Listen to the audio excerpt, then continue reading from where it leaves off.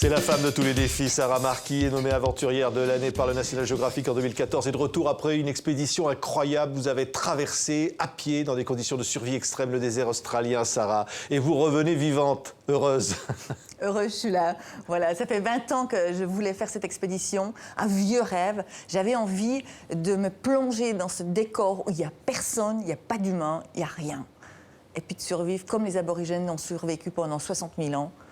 C'est-à-dire en cueillant et chassant ma nourriture. Ouais. On regarde un extrait de quelques images d'une expédition précédente. Regardez. Sauvage par nature, elle a rêvé des steppes qui défilent sous ses pas, des jungles vertes rampantes, des déserts aux dunes blanches. Voilà 3 ans déjà qu'elle est partie de Sibérie pour réaliser son incroyable défi. La marche, pour elle, est bien plus qu'un mouvement. C'est une philosophie.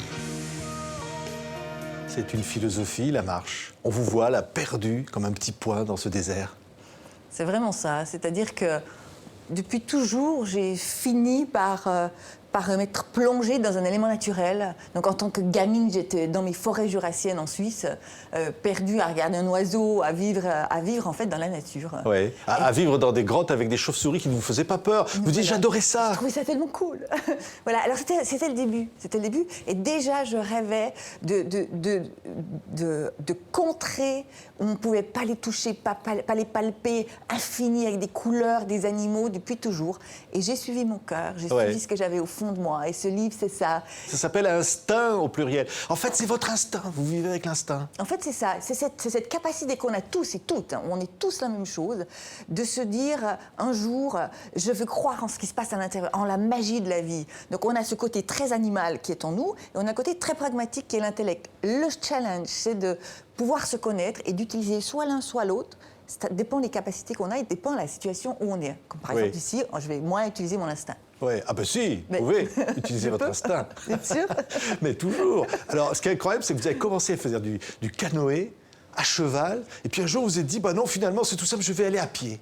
C'était compliqué, ça allait trop vite, il y avait toujours des problèmes techniques.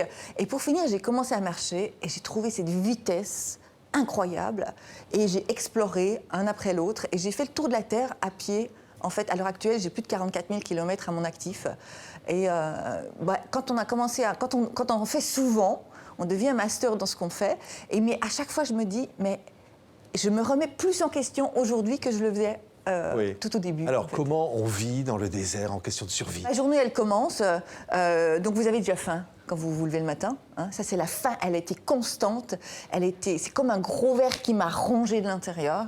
Parce que tout ce que je vais manger, je vais devoir le chasser ou l'attraper, ou alors le cueillir. Donc, j'ai toute cette connaissance de la pharmacopée. Donc, je vais trouver les fruits du baobab. Il va falloir les collecter. Il va falloir les ouvrir, enlever les petites graines à l'intérieur. Et quand j'ai les graines, il va falloir encore les griller avant de pouvoir les consommer. Il y a plein de choses comme ça, plein de subtilités. Je vais manger du poisson dans ces rivières infestées de crocodiles. La problématique que je vais avoir, c'est comment faire pour éviter que le crocodile me pique mon poisson en premier. C'est embêtant, effectivement. Voilà. On va voir d'ailleurs un de ces crocodiles.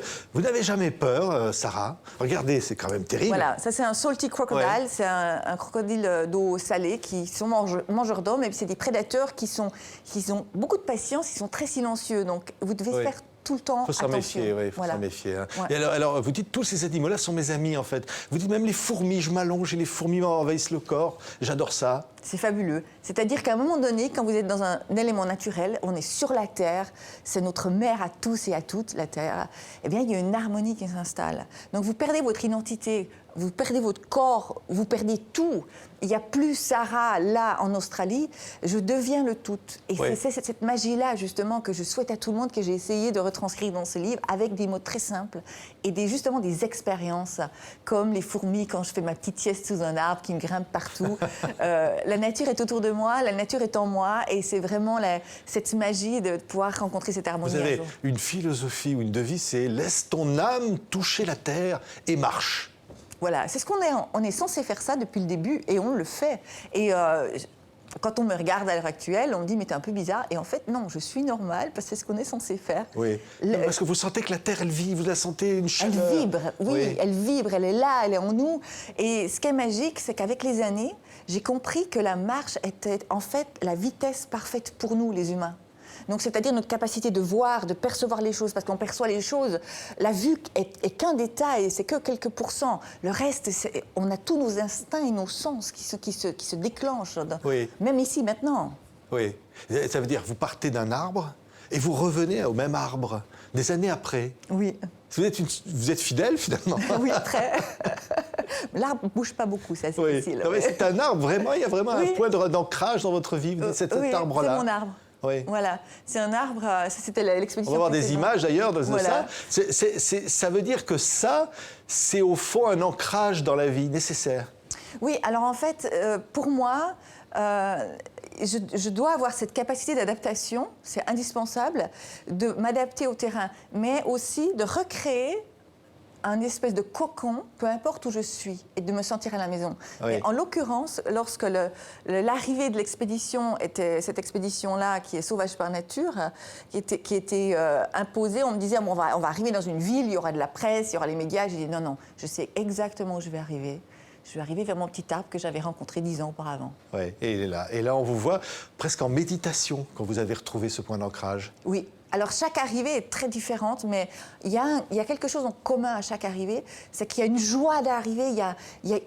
Pendant tous ces mois, et là, 3 ans en l'occurrence, il y a eu toutes mes énergies qui sont mises pour arriver. Mais quand j'arrive, il y a une espèce de coup de blues. Il y a un moment de... Et après, je fais quoi ? Il y a un moment de lâcher prise et je chiale à chaque fois, je pleure comme une madeleine, même si je me suis promis de ne pas pleurer, je pleure, il y a une espèce de lâcher prise comme ça et je réalise que je suis vivante la plupart du temps. C'est quand même difficile, c'est dur. Alors vous devez prendre 10 kilos avant de partir, il vous faut grossir. Ça, je peux vous donner des conseils, hein, mais c'est dur. Mais alors, prendre du poids, c'est indispensable parce que notre corps est tellement bien fait, notre machine est tellement bien faite, autant le psyché que le corps en lui-même.